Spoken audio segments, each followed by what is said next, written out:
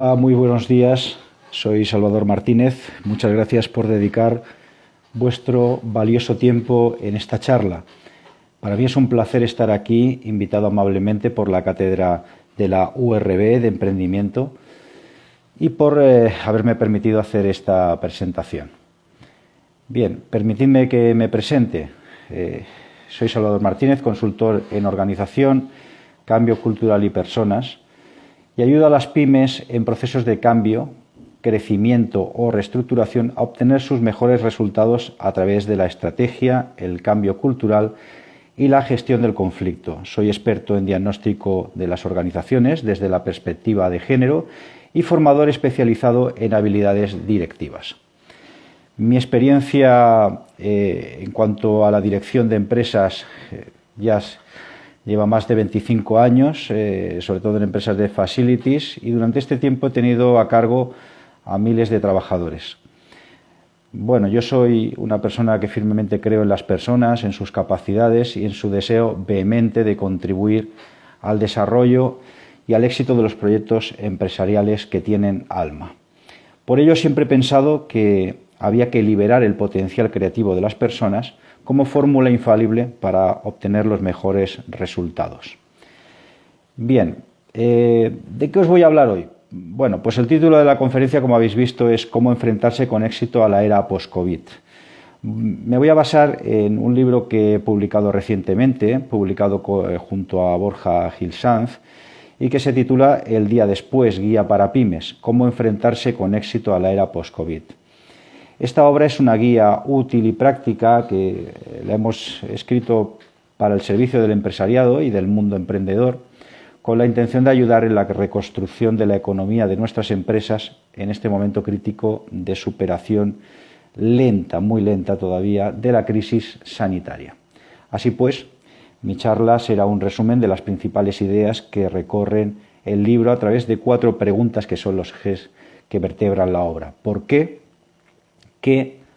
¿Cómo? ¿Y para qué? Bueno, vamos a ir desgranando el contenido y sí que os pido que vayáis haciendo todas las preguntas, pero las responderé al final de la sesión si no os importa. Bien, vamos a situarnos a finales del mes de marzo del 2020, en un momento histórico en el que se iniciaba la pandemia y que quedó confinado nuestro país.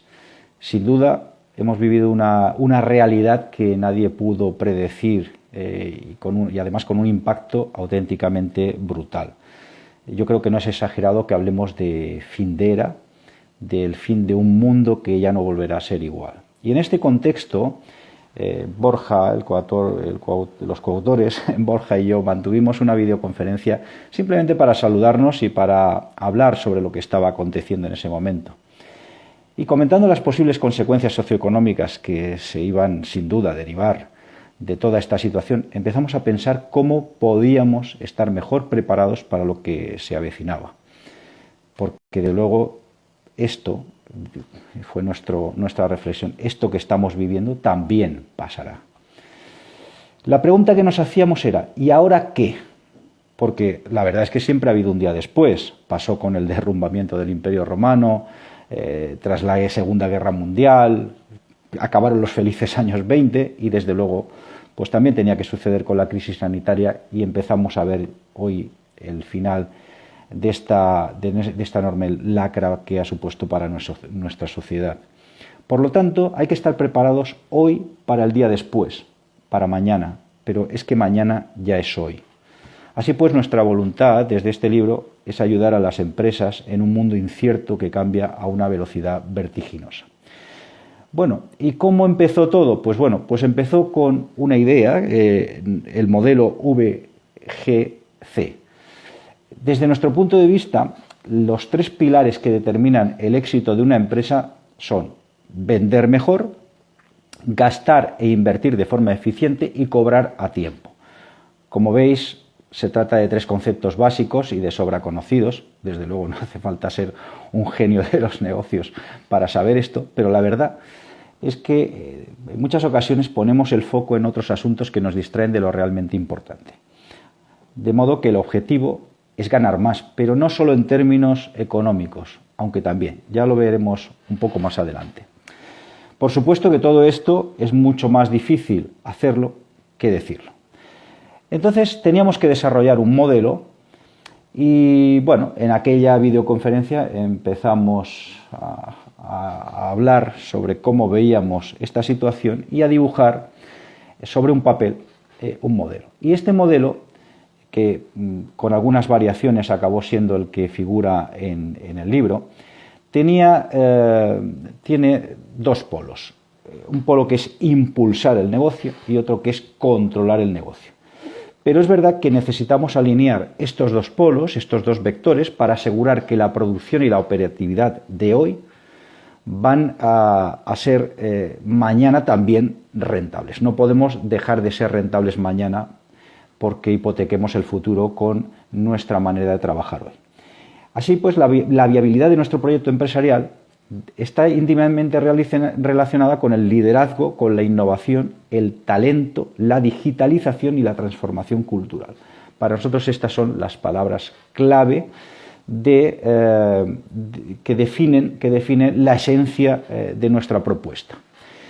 Y bueno, ¿para qué había de servir este libro? En primer lugar, es una visión global de la empresa realizada desde la experiencia profesional de dos personas que juntamos ya más de 40 años de experiencia liderando y gestionando organizaciones.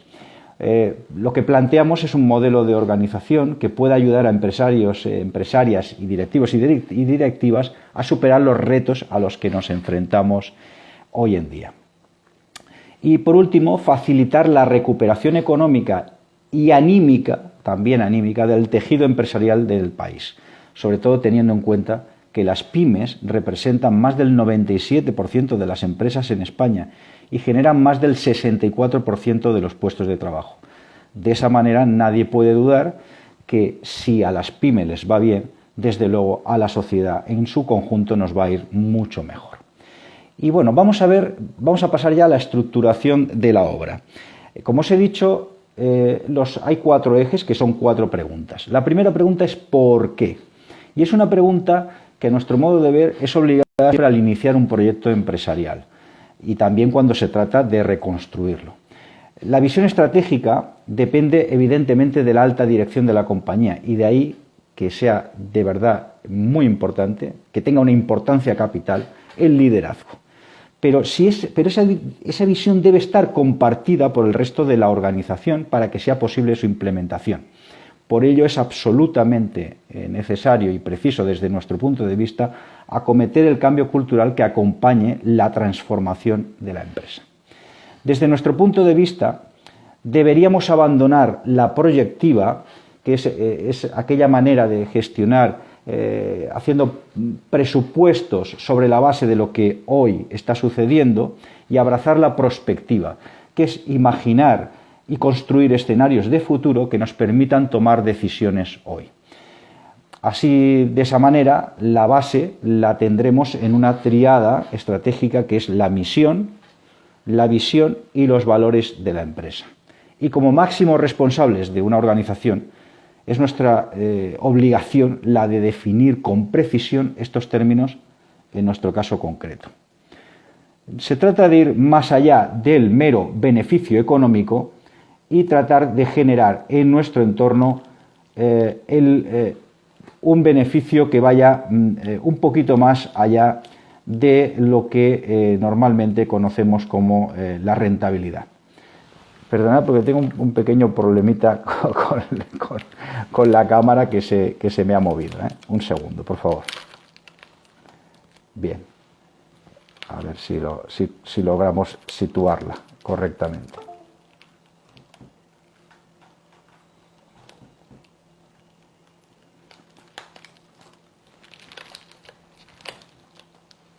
Bien, bueno, pues como os decía, tenemos que ir más allá del mero beneficio económico. De ahí nuestro apoyo a la idea del capitalismo inclusivo y nuestra apuesta por la economía productiva. La segunda pregunta que nos hacíamos en el libro era el qué, porque desde luego sin un propósito no hay proyecto viable. Y por ello partimos de dos fuerzas contrapuestas, que es, por un lado, hay que impulsar el negocio, pero por otro lado hay que controlarlo. Y necesitamos un mecanismo que alinee ambos vectores para que trabajen por un mismo fin, por un fin común.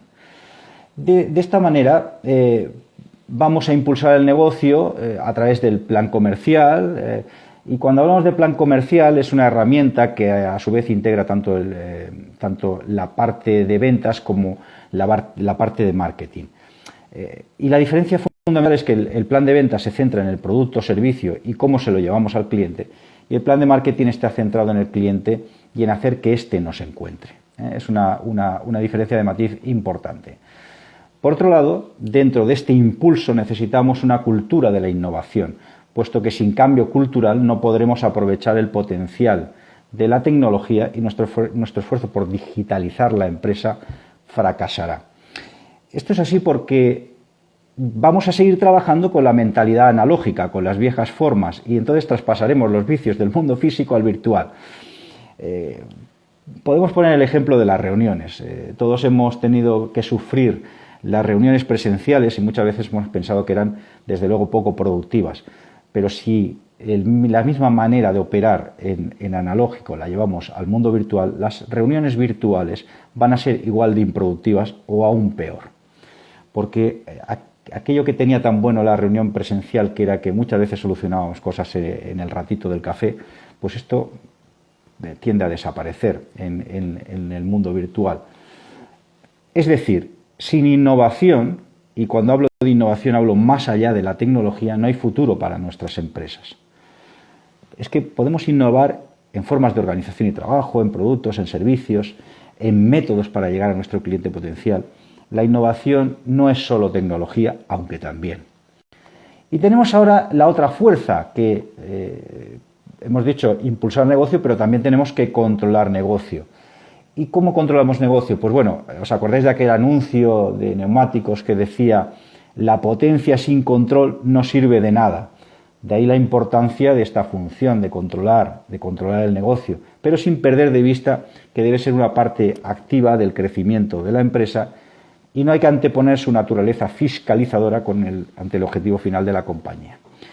Y dentro del control del negocio, pues hay que tener en cuenta la gestión de procesos, la gestión de recursos y la gestión y el control de la productividad.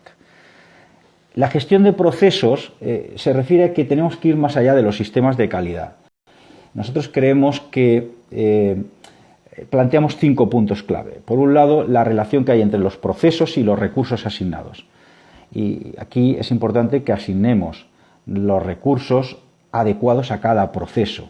Por otro lado está la relación entre el proceso y el retorno que conseguimos de ese proceso. Vamos a la ley de Pareto, no nos compliquemos la vida, identifiquemos aquellos procesos que son críticos, que suponen el 80% de nuestros resultados, y probablemente son el 20% de nuestros procesos. Y busquemos su mejora, porque la mejora de ese 20% va a repercutir de una manera clave en nuestro rendimiento final. En tercer lugar, tenemos que detectar las ineficacias, las ineficiencias del sistema.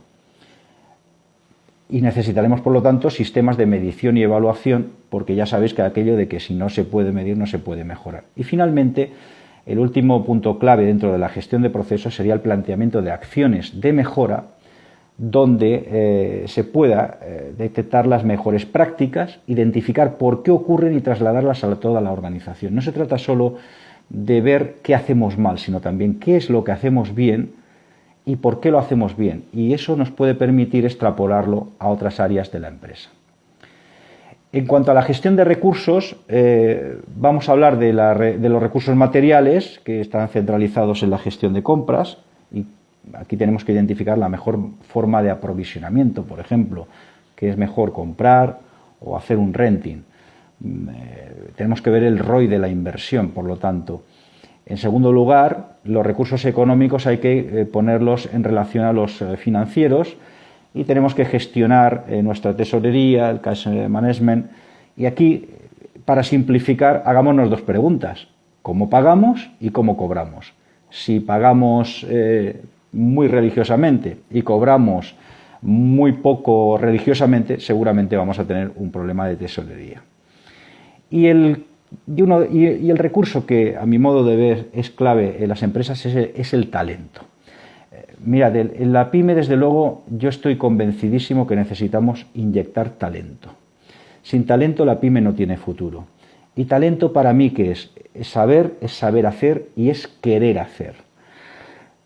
Y claro, alguien puede pensar, bueno, pero la pyme a lo mejor no tiene suficiente dinero como para hacer ofertas que económicamente compensen a este talento.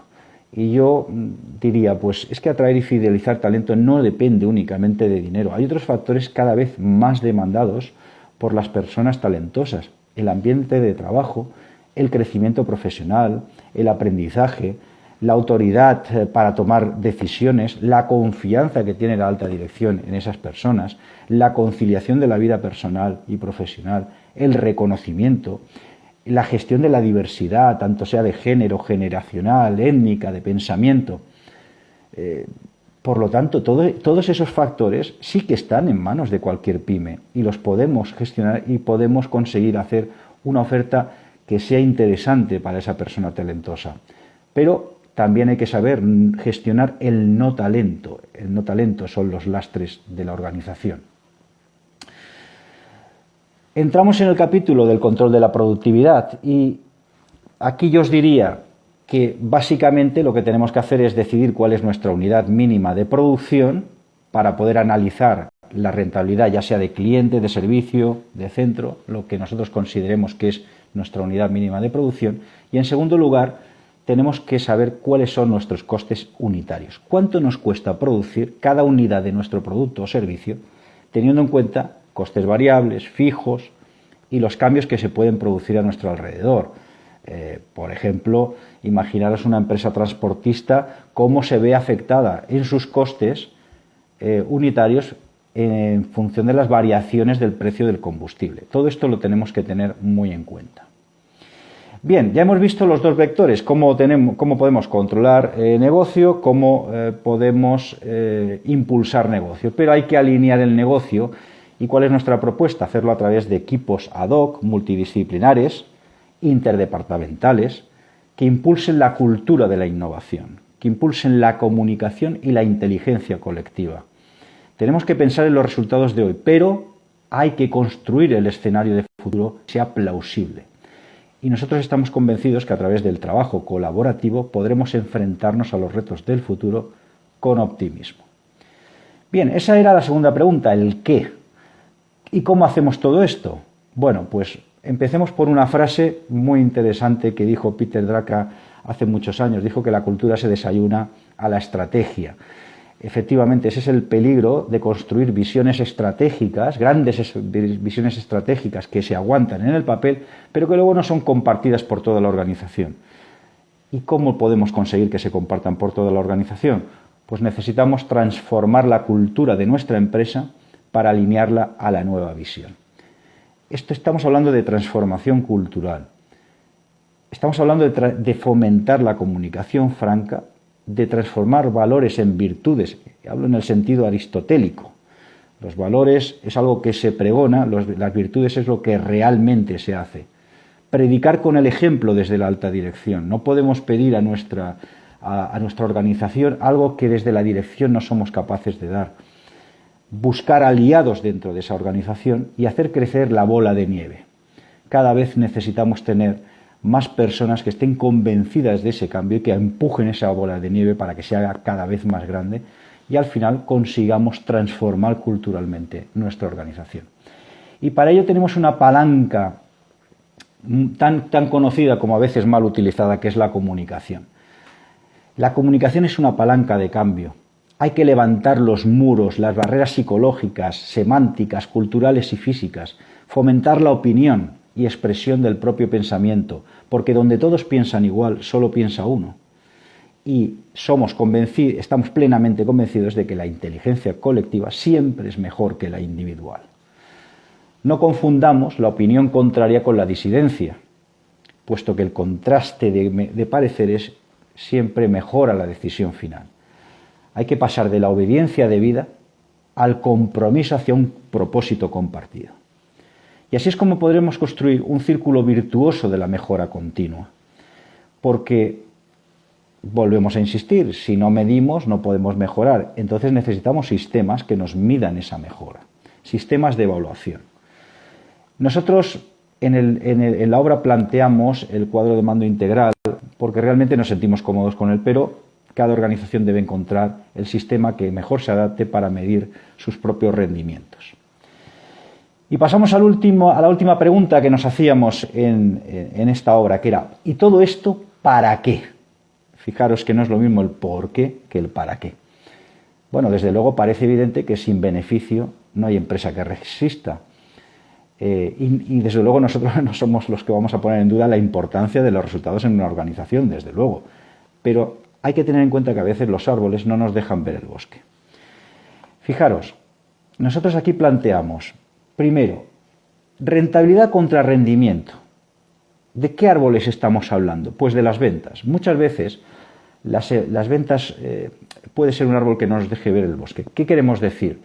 Pues que las ventas tienen que ser un instrumento para aumentar los beneficios, no son un fin en sí mismas, al menos no siempre. Cuando analizamos el binomio rentabilidad-crecimiento, tendremos que analizar si realmente ese crecimiento nos va a suponer rentabilidad o nos va a suponer un lastre, porque vender más no siempre significa ganar más, y esto tenemos que medirlo. Por otro lado, teníamos también un binomio que era corto plazo contra sostenibilidad, ¿no? El binomio beneficio-productividad. Bueno, beneficio entendido más allá del concepto de beneficio económico. Nosotros entendemos el beneficio como generador, la empresa es un generador de riqueza en la sociedad en el entorno donde se ubica. Fijaros, hemos tenido un ejemplo muy claro en esta pandemia. Al principio de la pandemia, la deslocalización de la producción de material sanitario nos provocó unos problemas de desabastecimiento terribles. Por ejemplo, no teníamos ni mascarillas. Por lo tanto, a la hora de tomar decisiones, esto hay que tenerlo en cuenta. ¿Cuál es la conclusión? Pues que a la que llegamos después de todas estas preguntas. Bueno, pues nuestra conclusión es una palabra, es sostenibilidad. Debemos ser rentables hoy, porque si no la empresa no puede sobrevivir, no puede seguir adelante, pero también lo tenemos que ser mañana. Y cuando hablamos de beneficio, hablemos de beneficio económico, de beneficio social y de beneficio medioambiental. Estamos en el seno de una sociedad que cambia a gran velocidad.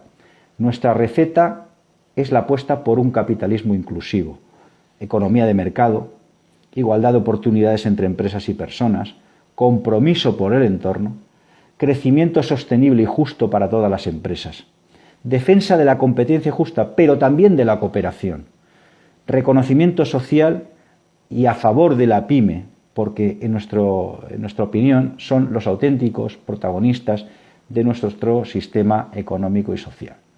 Y bueno, todo esto es lo que nosotros hemos reflexionado y hemos escrito, pero ahora toca que el empresario, la empresaria, el emprendedor, la emprendedora pongan manos a la obra, porque sin acción no hay plan que valga. Y para ello también incorporábamos al final del libro una serie de infografías que eran un método práctico para poder aplicar los contenidos del libro. Este libro, que como os he dicho antes, se titula El día después, guía para pymes, cómo enfrentarse con éxito a la era post-COVID. Lo podéis encontrar en todas las librerías técnicas de España, en Amazon y también en la web eldiadespues-guiapymes.com.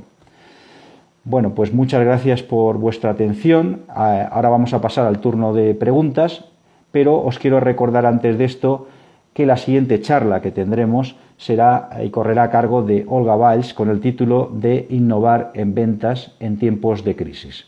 Y ahora sí, os doy paso a las preguntas que cualquiera de vosotros o de vosotras deseéis hacerme.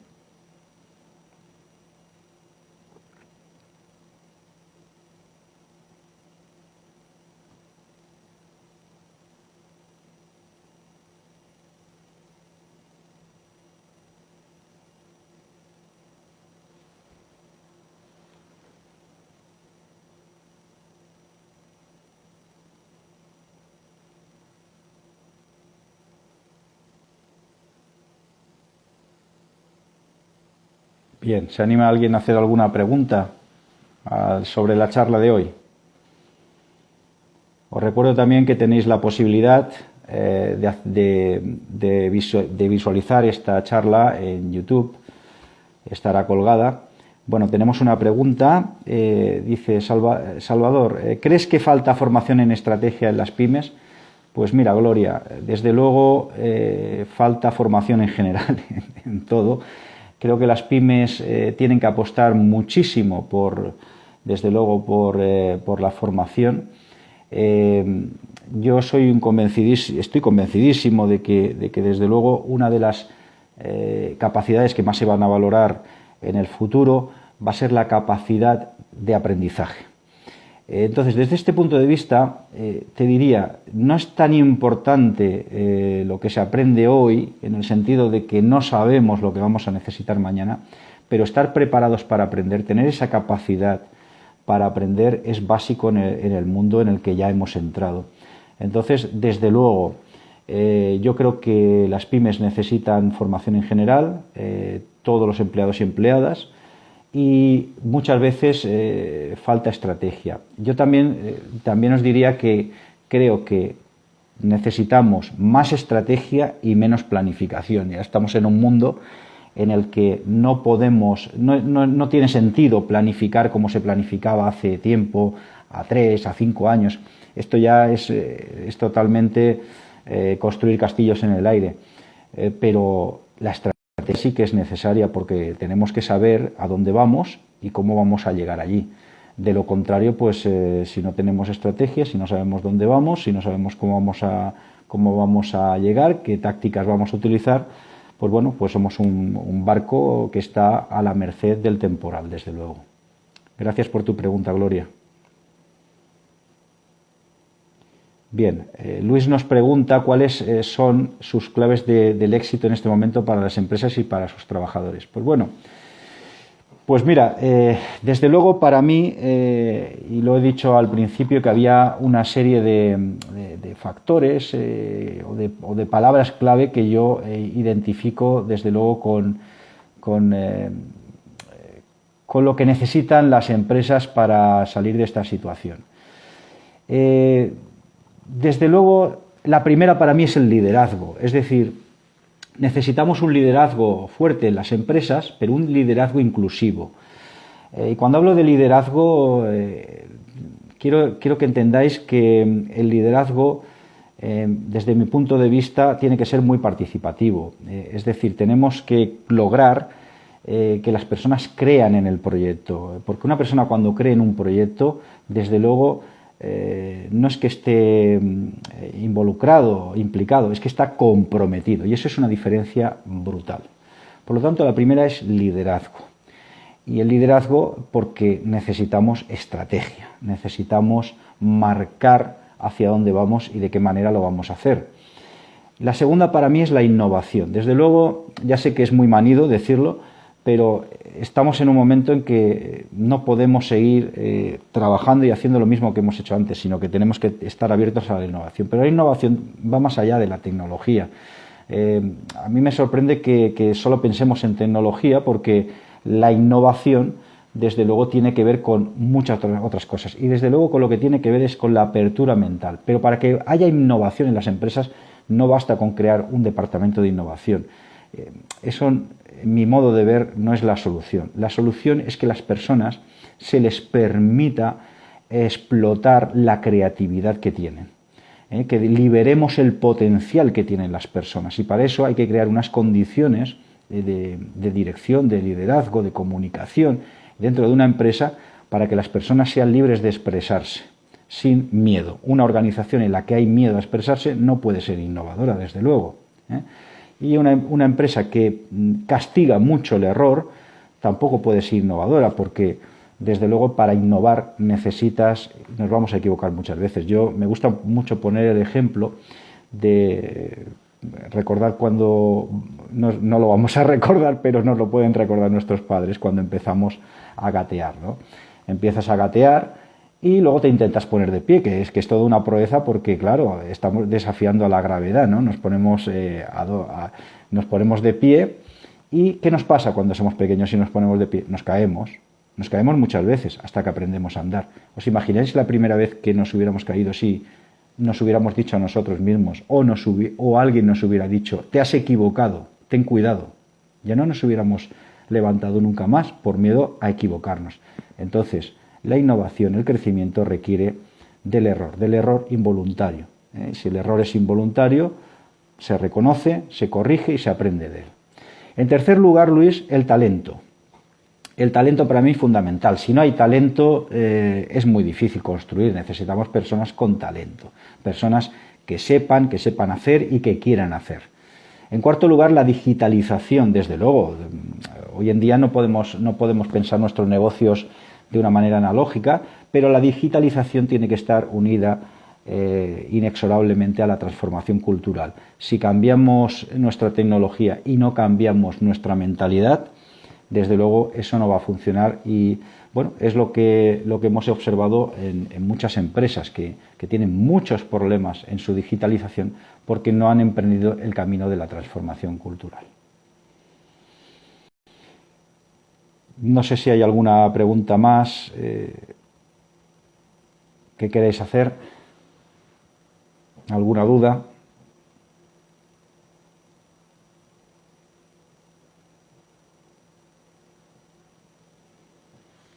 Bien, pues por mi parte nada más. Yo os agradezco muchísimo la atención que me habéis prestado. Ha sido un placer estar con todos vosotros y con todas vosotras. Bien, perdón, porque llega alguna pregunta más. Bien, pregunta Luis, desde el punto de vista de los empleados. Bueno, los empleados y las empleadas tienen que, en mi opinión, son parte de la empresa, pero una parte fundamental. Yo no concibo una empresa sin empleados y empleadas. Una empresa que no tiene empleados y empleadas es un negocio, no es una empresa. Una empresa la componen personas y tenemos siempre que pensar en personas, en términos de personas.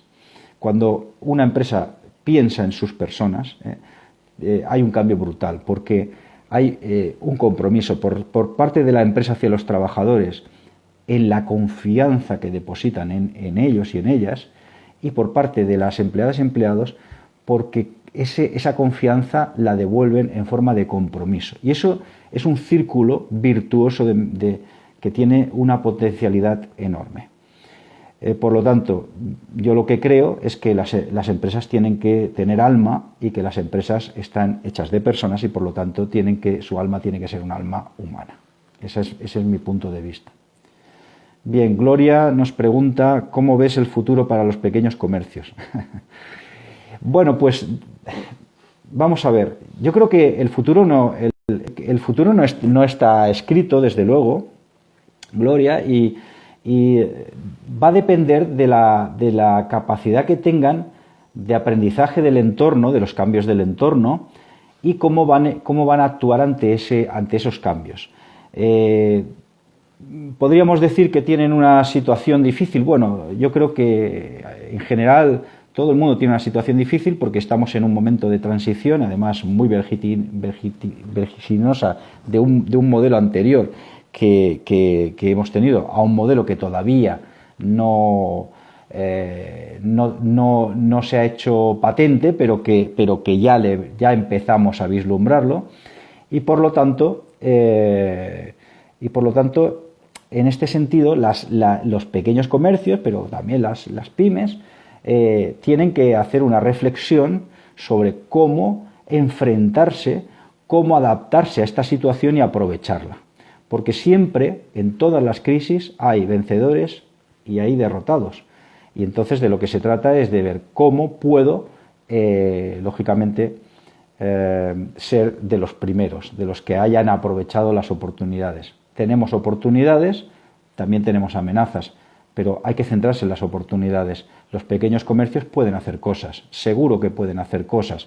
El otro día leía, es un ejemplo, el otro día leía, por ejemplo, las dificultades que se están planteando logísticas por el incremento de la paquetería derivada de Amazon y otras plataformas, Y una solución es que los pequeños comercios al final sean depositarios de esas mercancías, porque eso va a reducir mucho la complejidad logística y va a evitar muchos problemas a las compañías que hacen envíos y que constantemente les están devolviendo la mercancía porque los propietarios no estaban. Entonces parece una cosa que no tenga mucha importancia, pero eso tiene un coste brutal, y más cuando estamos hablando de un sector que tiene los márgenes tan escasos.